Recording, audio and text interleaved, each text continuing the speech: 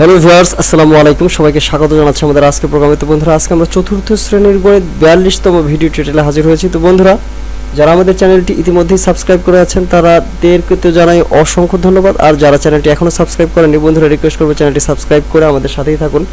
তো আমরা চলে যাচ্ছি আজকের প্রোগ্রামে। তো বন্ধুরা, আজকে আমরা 85 পৃষ্ঠায় কথা বলছি। এটা হচ্ছে চতুর্থ শ্রেণীর একটি গণিত। তো এখন লক্ষ্য করুন, আমরা 2-এ কথা বলছি। তো নিচের সংখ্যার জোড়াগুলোর জন্য 3টি সাধারণ গুণিতক লেখে ছোট থেকে বড় ক্রমে সাজাও। লঘিষ্ঠ সাধারণ গুণিতকটি লসাগু লেখো। তো বন্ধুরা, আমরা এখন 1 নম্বর অঙ্কটি করতেছি। লক্ষ্য করো, এখানে আমাদের একটা জোড়া দেওয়া আছে 3 এবং 4। এই জোড়া থেকে এদের সাধারণ গুণিতক নির্ণয় করতে হবে, এই জোড়ার 3টা। তো এখন এটার জন্য আমরা কি করব, এখানে আমরা লিখব যে 3 এর গুণিতক। তো 3 এর গুণিতক, তারপর কোলন লিখব। যদিও আমি 3 লিখে অ্যারো দিয়েছি, তোমরা এখানে লিখবে 3 এর, বাংলায় লিখে নিবে যে 3 এর গুণিতক কোলন দিয়ে, তারপরে হচ্ছে 3 কে 1 দিয়ে যদি গুণ করি, 3 কে 3, 3 দুগুণে 6, 3 ত্রিকা 9, 3 4 12, 3 5 15, 3 6 18, 3 7 21, 3 8 24, এভাবে লিখে ফেলবে।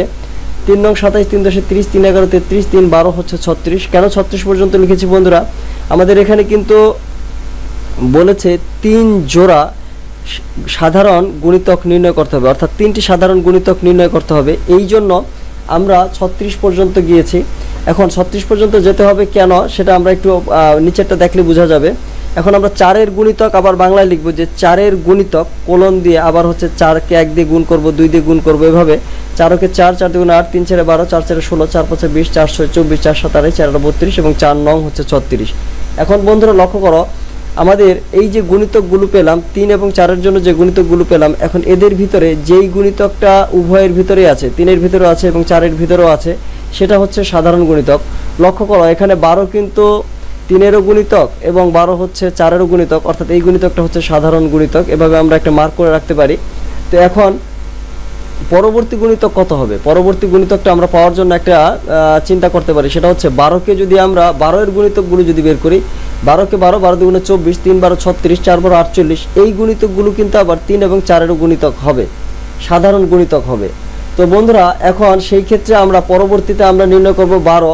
তো 12 তো আমরা পেলাম, এরপরে নির্ণয় করব হচ্ছে 24। তো 24-এর জন্য যে কাজটুকু করব, তো 24 পর্যন্ত যাব এখন। তো 3-এর জন্য 24 এখন এখানে আছে। বন্ধুরা লক্ষ্য করো, 24 কিন্তু উভয়তেই আছে, এজন্য 24 আমরা খুঁজে বের করলাম, এজন্য মার্ক করে রাখলাম। তারপর কিন্তু 36কে মার্ক করে রেখেছি, অর্থাৎ প্রথমটা হবে 12, তারপর 12 দুগুণে 24, তারপর কিন্তু 3 12 হচ্ছে 36। এই জন্য আমরা এগুলোকে মার্ক করে রেখেছি। তো বন্ধুরা লক্ষ্য করো, এর বাইরে অন্য যে গুণিতকগুলো আছে এগুলো কিন্তু মিলছে না। লক্ষ্য করো, উপরে আছে 15, এখানে 16, তারপর আছে 18, 20, 21, 28, অর্থাৎ অন্য কোনোগুলোই কিন্তু মিলছে না, কোনোটিই মিলছে না। তো বন্ধুরা এখন লক্ষ্য করো, সেই ক্ষেত্রে আমাদের এটাকে এখন কিভাবে লিখতে হবে, প্রথমে হচ্ছে 12 একটা, তারপর হচ্ছে 24, তারপর হচ্ছে 36, অর্থাৎ ছোট থেকে বড় আমাদেরকে সিরিয়ালি লিখতে বলেছে। সেই ক্ষেত্রে প্রথম গুণিতকটা হচ্ছে 12, পরেরটা হচ্ছে 24 এবং তারপরটা হচ্ছে 36। এখন এই যে 3টা গুণিতক পেলাম, এই 3টা গুণিতকের ভিতরে সর্বনিম্ন যে সাধারণ গুণিতকটা বা সর্বনিম্ন যে গুণিতকটা 3 এবং 4-এর জন্য, 3-এর জন্য আছে, 4-এর জন্য আছে, সেটাই হচ্ছে 3 এবং 4-এর সাধারণ গুণিতক, সেটাই হচ্ছে লসাগু। তো বন্ধুরা, লসাগু তাহলে এখানে কত হবে, লসাগু হবে নিশ্চয়ই 12। তোমরা আশা করি যে বুঝতে পারতেছ। এরপরে আমরা চলে যাব হচ্ছে 2 নাম্বার যে অঙ্কটা আছে, একটা হচ্ছে 4 আর একটা হচ্ছে 9। 4 এবং 9-এরও ঠিক এইভাবে আমরা বের করে ফেলবো, 4-এর কিছু গুণিতক বের করব, 9-এর কিছু গুণিতক বের করব, তাহলেই কিন্তু হয়ে যাবে। তো বন্ধুরা, আমরা পরের অঙ্কটি দেখতেছি। এখন বন্ধুরা, আমরা এখন 2 নম্বর অঙ্কটি দেখতেছি। লক্ষ্য করো যে 2-এ যেটা বলেছে, একটা হচ্ছে 4 আর একটা হচ্ছে 9, এদের আমাদের গুণিতকগুলো নির্ণয় করতে হবে, সাধারণ গুণিতক এবং লসাগু নির্ণয় করতে হবে। তাহলে আমরা নতুন আরেকটা সিস্টেমে করতে পারি। সেটা কি করতে পারি, যে আমরা লিখতে পারি 4 ও 9-এর লসাগু, 4 এবং 9-এর লসাগু। এখন 4 এবং 9 লিখলাম, এখন একে আমরা এমন একটা সংখ্যা দিয়ে ভাগ করার চেষ্টা করব, যেই সংখ্যাটা দিয়ে 2টা সংখ্যাকেই ভাগ করা যায়। এরকম আসলে কোনো কিছু পাওয়া যাচ্ছে না যে যা দিয়ে 2টা সংখ্যাকে ভাগ করা যায়। সেই ক্ষেত্রে লসাগু হবে, এই দুটাকে যদি আমরা গুণ করে দিই তাহলে যা পাওয়া যাবে, 4 নং হচ্ছে 36, এই 36ই হচ্ছে লসাগু। অর্থাৎ সেই ক্ষেত্রে আমরা লিখতে পারি, আমরা লিখে ফেললাম, অতএব লসাগু হচ্ছে 36। এর পরে যেটুকু লিখব, পরে লিখব বন্ধুরা যে 4-এর গুণিতক একটা হচ্ছে 36, 4-এর গুণিতক একটা 36, আবার 4 গুণিতক 72, এভাবে বাংলায় লিখব 4 এর গুণিতক কোলন দিয়ে 36। তারপরেরটা কত হবে বন্ধুরা লক্ষ্য করো, আমরা যদি 36 পেয়ে যাই, 36 দুগুণে, 36কে যদি 2 দিয়ে গুণ করি 36 দুগুণে 72, এবং 36কে যদি 3 দিয়ে গুণ করি তাহলে পাবো হচ্ছে 108। তার মানে এই যে 36 পেলাম, 72 পেলাম এবং 108 পেলাম, এই তিনটাই কিন্তু হচ্ছে 4-এর গুণিতক। অর্থাৎ আমরা যদি লসাগুটা প্রথমে নির্ণয় করে নেই এবং লসাগুকে যদি 1 2 3 এগুলো দিয়ে গুণ করি তাহলে যে গুণিতকগুলো পাবো সেই গুণিতকগুলো 4-এরও গুণিতক। এখন এই যে 72 108 এগুলো যে পাচ্ছি এগুলো কিন্তু 9-এরও গুণিতক। এখন বন্ধুরা লক্ষ্য করো, তদ্রূপ প্রথমে যখন 36 পেয়েছি লসাগু, সেই লসাগুটা 9-এরও, সেই লসাগুটা 4-এরও গুণিতক হবে এবং 9-এরও গুণিতক হবে। আর পরবর্তীতে যেটা 72 পেলাম সেটাও 4-এর হবে, 9-এর হবে, 108 পেলাম সেটাও 4-এর হবে, 9-এর হবে। এখন যখন আমরা প্রথমে এখানে যে কাজটুকু করেছি 4 এবং 9-এর লসাগুটা নির্ণয় করব, এরপরে লসাগু নির্ণয় করার পরে বাংলায় লিখব যে 4 এর গুণিতক 36 72 108, তারপরে লিখব 9-এর গুণিতক 36 72 108। অতএব 4 ও 9-এর সাধারণ গুণিতক হলো 36 72 108। নিচে কথাটা লিখব, অতএব 4 ও 9-এর সাধারণ গুণিতক হলো 36 72 108। তো এইটা আমরা বন্ধুরা 2 নম্বর অঙ্কটি করে ফেললাম। এখন 3 নম্বরটি লক্ষ্য করো বন্ধুরা, 3-এ যেটুকু আছে, এই যেখানে 3 আছে, 3 এবং 9, 3-এ দেওয়া আছে আমাদের যে সংখ্যাটা 3 এবং 9, এদের আমাদের সাধারণ গুণিতক নির্ণয় করতে হবে, লসাগু নির্ণয় করতে হবে। তো এখানে যদি আমরা লসাগু নির্ণয় করি বন্ধুরা লক্ষ্য করো, প্রথমেই আমরা লসাগুটা করে নিব, তাহলে কিন্তু আমাদের মানে ছোট হয়। আর আমরা যদি বইয়ের যে সিস্টেম আছে সেই সিস্টেম অনুযায়ী করি সেটাও হবে, সমস্যা নেই, সেটা তো আমরা প্রথম অঙ্কটা করে দিলাম। তোমাদের যদি সমস্যা হয় সেই সিস্টেমে তোমরা করতে পারো, প্রথম অঙ্কটা যেভাবে করেছি। সেই ক্ষেত্রে আমরা কি করব, 3-এর গুণিতক সবগুলো বের করব, মানে অনেকগুলো বের করব, 9-এরও অনেকগুলো গুণিতক বের করব, সেখান থেকে আমরা গুণিতকগুলো, সাধারণ গুণিতকগুলো নির্ণয় করে সর্বনিম্ন যে সাধারণ গুণিতকটা সেটাই হবে লসাগু।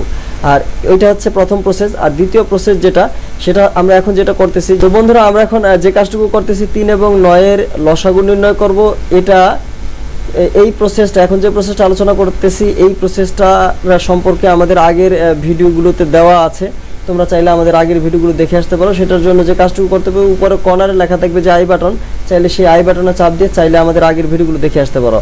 তো যাই হোক বন্ধুরা, এখন আমরা 3 এবং 9 লসাগু বের করার জন্য একটা দাগ দিলাম। তারপরে কি করব, এমন একটা সংখ্যা দিয়ে 3 এবং 9কে ভাগ করার চেষ্টা করব যেটা দিয়ে 3 এবং 9 উভয়কে ভাগ যায়। এখন 3 দিয়ে যদি ভাগ করি, 3 ওকে 3, 3 3 হচ্ছে 9। এরপরে আর এরকম কোনো সংখ্যা দিয়ে ভাগ যায় না যেটা কিনা 3 এবং 1-এর ভিতরে ভাগ যায়। 1 দিয়ে যদিও যায় কিন্তু সেক্ষেত্রে তার আমাদের কোনো লাভ হচ্ছে না বা বেনিফিট পাচ্ছি না। তো যাই হোক, এখন 3 এবং 3 এই দুইটাকে আমরা গুণ করে ফেলবো, 3 3 হচ্ছে 9, এই 9 হচ্ছে লসাগু। এখন বন্ধুরা লক্ষ্য করো, এই যে 3 পেলাম এবং উপরে 9, 3 এবং 9 এর লসাগুটা হচ্ছে 9। যেহেতু লসাগু 9 পেলাম, লসাগুটাই হচ্ছে সর্বনিম্ন সাধারণ গুণিতক, অর্থাৎ 3-এরও গুণিতক হবে 9, 9-এরও গুণিতক হবে 9, এটাই কিন্তু সবচেয়ে ছোট সাধারণ গুণিতক। এখন পরবর্তী যে গুণিতকগুলো হবে সেগুলো হচ্ছে 9-এর যে আবার গুণিতক, সেগুলো কিন্তু পরবর্তী গুণিতক হবে। 9-এর গুণিতক হচ্ছে 9 2 18, 3 9 27। এই বাকি যে 18 এবং 27 পেলাম, এই দুইটা কিন্তু 3-এরও গুণিতক এবং এই দুইটা 9-এরও গুণিতক। তো বন্ধুরা বুঝতে পারতেছো, এভাবে লিখে ফেললাম। তো বাংলায় তোমরা কথাটা লিখে নিবে যে 3-এর গুণিতক 9 18 27, 9-এর গুণিতক 9 18 27। অতএব 3 ও 9-এর সাধারণ গুণিতক হলো কমা দিয়ে 9 18 27।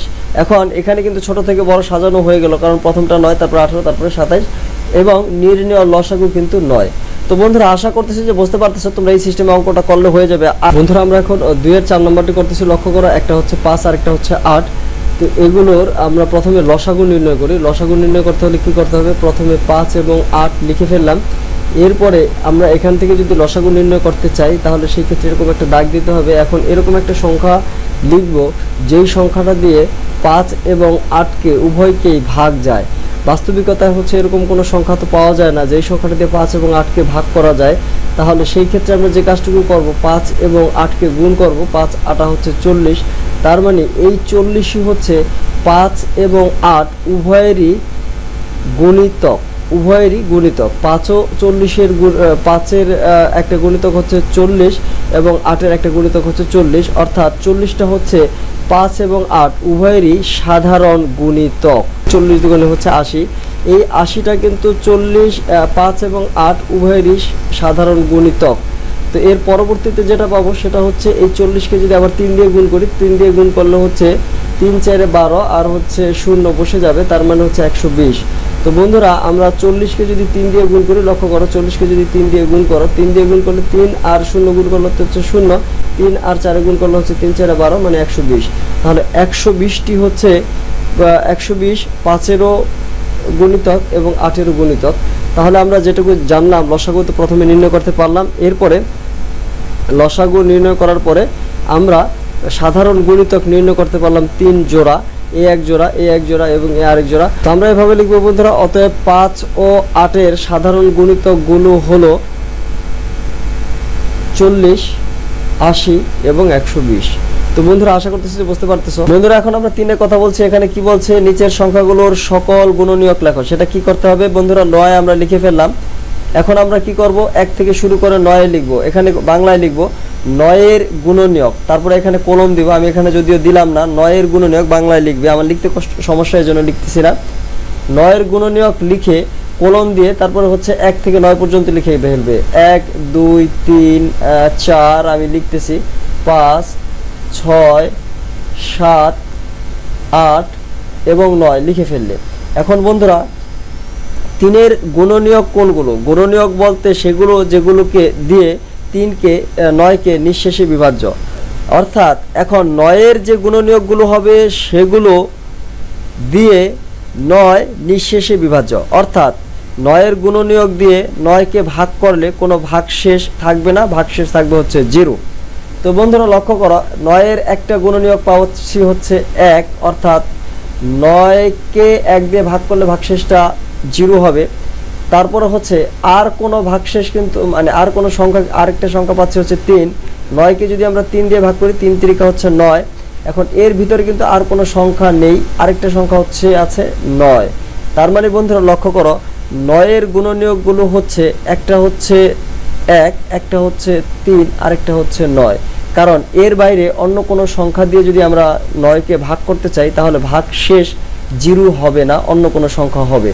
2 দিয়ে ভাগ করলে 2 দিয়ে ভাগ যাচ্ছে না, 4 দিয়েও ভাগ যাচ্ছে না, 5 দিয়ে যাচ্ছে না, 6 দিয়ে যাচ্ছে না, 7 দিয়ে কিংবা 8 দিয়েও যাচ্ছে না।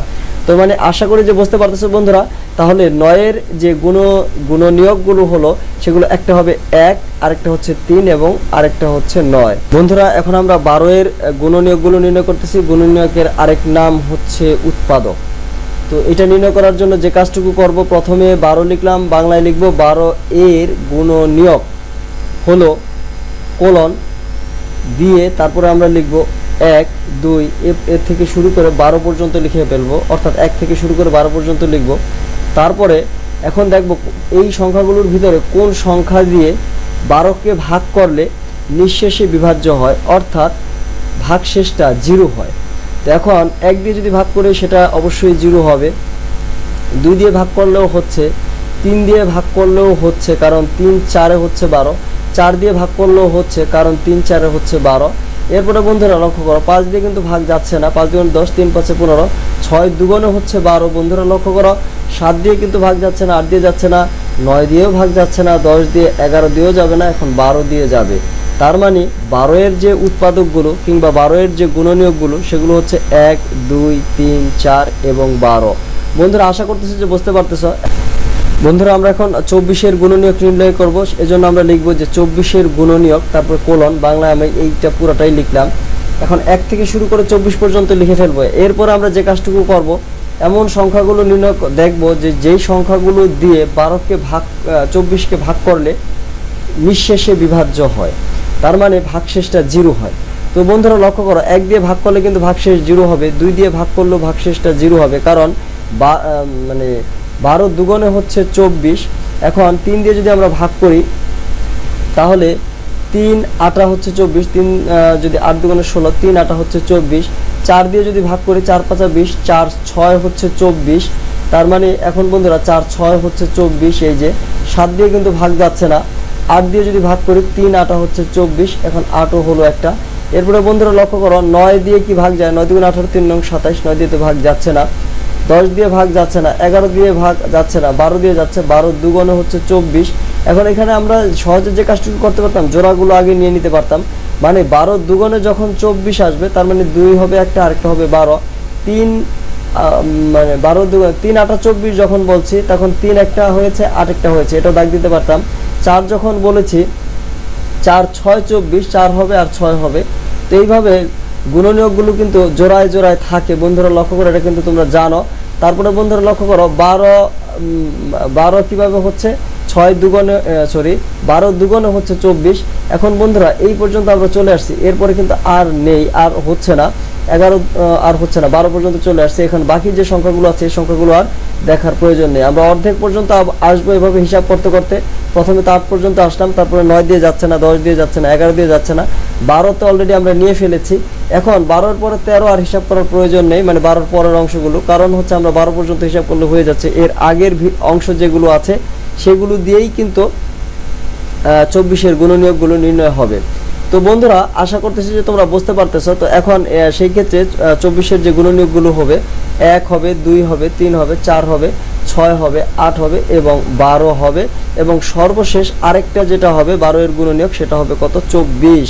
তো 12 মানে 24-এর যে গুণনীয়কগুলো হবে, একটা তো 1 হবেই এবং আরেকটা হবে 24। এই দুইটা হচ্ছে কমন। সব সময় যে কোনো সংখ্যার গুণনীয়ক নির্ণয় করার জন্য সেই সংখ্যাটার দুইটা গুণনীয়ক কমন বা দুইটা গুণনীয়ক সব সময় হবে। সেই একটা গুণনীয়ক হচ্ছে 1, আরেকটা হচ্ছে ওই সংখ্যাটা নিজে। এর ভিতরে অসংখ্য গুণিতক থাকতে পারে, আবার অল্প গুণিতকও থাকতে পারে, আবার নাও থাকতে পারে। অর্থাৎ এর ভিতরে গুণনীয়ক থাকতেও পারে 1 এবং ওই সংখ্যাটি ব্যতীত অন্য কোনো গুণনীয়ক থাকতেও পারে, নাও থাকতে পারে। তো যাই হোক বন্ধুরা, আশা করতেছি বুঝতে পারতেছো। এরপরে আমরা পরের অংশ চলে যাচ্ছি। বন্ধুরা লক্ষ্য করো, এখন আমরা 30-এর গুণনীয়কগুলো নির্ণয় করতেছি। আমরা এখানে লিখে রেখেছি 1 থেকে 30 পর্যন্ত। এখন গুণনীয়কগুলো নির্ণয় করব। 1 তো হবেই, আরেকটা হবে হচ্ছে 30, এজন্য আমরা দাগ দিয়ে ফেললাম 1 এবং 30 কমন। এরপরে 2 হচ্ছে, কারণ 30কে যদি 2 দিয়ে ভাগ করে 15 দুগুণে 30, তার মানে 2 পাবো একটা, আরেকটা হচ্ছে কত পাচ্ছি, 15 পাচ্ছি। 2 আর 15 জোড়াগুলো দাগ দিয়ে ফেলতেছি। 3 আরেকটা হচ্ছে 3 10 হচ্ছে 30, 3 আরেকটা 10, এই দুইটাকে দাগ দিয়ে ফেলবো। এরপর আমরা দেখবো যে সংখ্যাটাকে নিব, যেমন 4 দিয়ে 30কে কিন্তু ভাগ যাচ্ছে না, 4 8 হচ্ছে 32, তার মানে যাচ্ছে না। 5 দিয়ে যাচ্ছে, 5 6 হচ্ছে 30 বন্ধুরা, 5 একটা, আরেকটা হবে কত, 6, 5 6 হচ্ছে 30। আমরা জোড়াগুলো দাগ দিয়ে ফেলতেছি। তারপরে 7 দিয়ে কিন্তু যাবে না, 8 দিয়েও কিন্তু যাবে না, 9 দিয়ে যাবে না, 11 দিয়ে যাবে না, 12 দিয়ে যাবে না, 13 দিয়েও যাবে না, 14 দিয়ে যাবে না, 15 দিয়ে যাবে, 15 দুগুণে হচ্ছে 30। এর বাইরে অন্য কোনো সংখ্যা দিয়ে কিন্তু আর যাচ্ছে না বন্ধুরা। তো এর অন্য কোনো সংখ্যা দিয়ে যেহেতু যাচ্ছে না, তার মানে এই সংখ্যাগুলোই হচ্ছে 30-এর গুণনীয়ক বা উৎপাদক। তাহলে 30-এর গুণনীয়ক যেগুলো হচ্ছে 1 পাচ্ছি, 2 পাচ্ছি, 3 পাচ্ছি, 5 6, তারপরে পাচ্ছি হচ্ছে 10, তারপরে হচ্ছে 15 এবং সর্বশেষ হচ্ছে 30। এই কয়েকটা সংখ্যাই হচ্ছে 30-এর গুণনীয়ক। বন্ধুরা এতক্ষণ ধৈর্য ধারণ করে ভিডিওটি দেখার জন্য অসংখ্য ধন্যবাদ। যারা চ্যানেলটি এখনো সাবস্ক্রাইব করেনি, রিকোয়েস্ট করবো বন্ধুরা চ্যানেলটি সাবস্ক্রাইব করে সাথেই থাকুন। যদি আপনাদের এই ভিডিওটির মাধ্যমে 1% উপকৃত হয়ে থাকেন আর ভবিষ্যতে আশা করেন যে উপকৃত হবেন, সেই ক্ষেত্রে অবশ্যই চ্যানেলটি সাবস্ক্রাইব করে সাথে থাকবেন বন্ধুরা, এটা হচ্ছে আমাদের একটি রিকোয়েস্ট। আরেকটি কথা বন্ধুরা, যদি ভিডিওটি ভালো লেগে যায় সেই ক্ষেত্রে কমেন্ট করতে পারেন, লাইক করতে পারেন, শেয়ারও করতে পারেন। আর যদি ভালো না লাগে সেই ক্ষেত্রে অবশ্যই জানাতে পারেন যে কোথায় কোথায় সমস্যা হয়েছে। সেক্ষেত্রে আমরা চেষ্টা করব যে এই সমস্যাগুলো সলভ করে কীভাবে আরও ভালো মানের ভিডিও বানানো যায়। তো বন্ধুরা ভালো থাকবেন, খোদা হাফেজ, আসসালামু আলাইকুম রহমতুল্লাহ বরকাতুহু।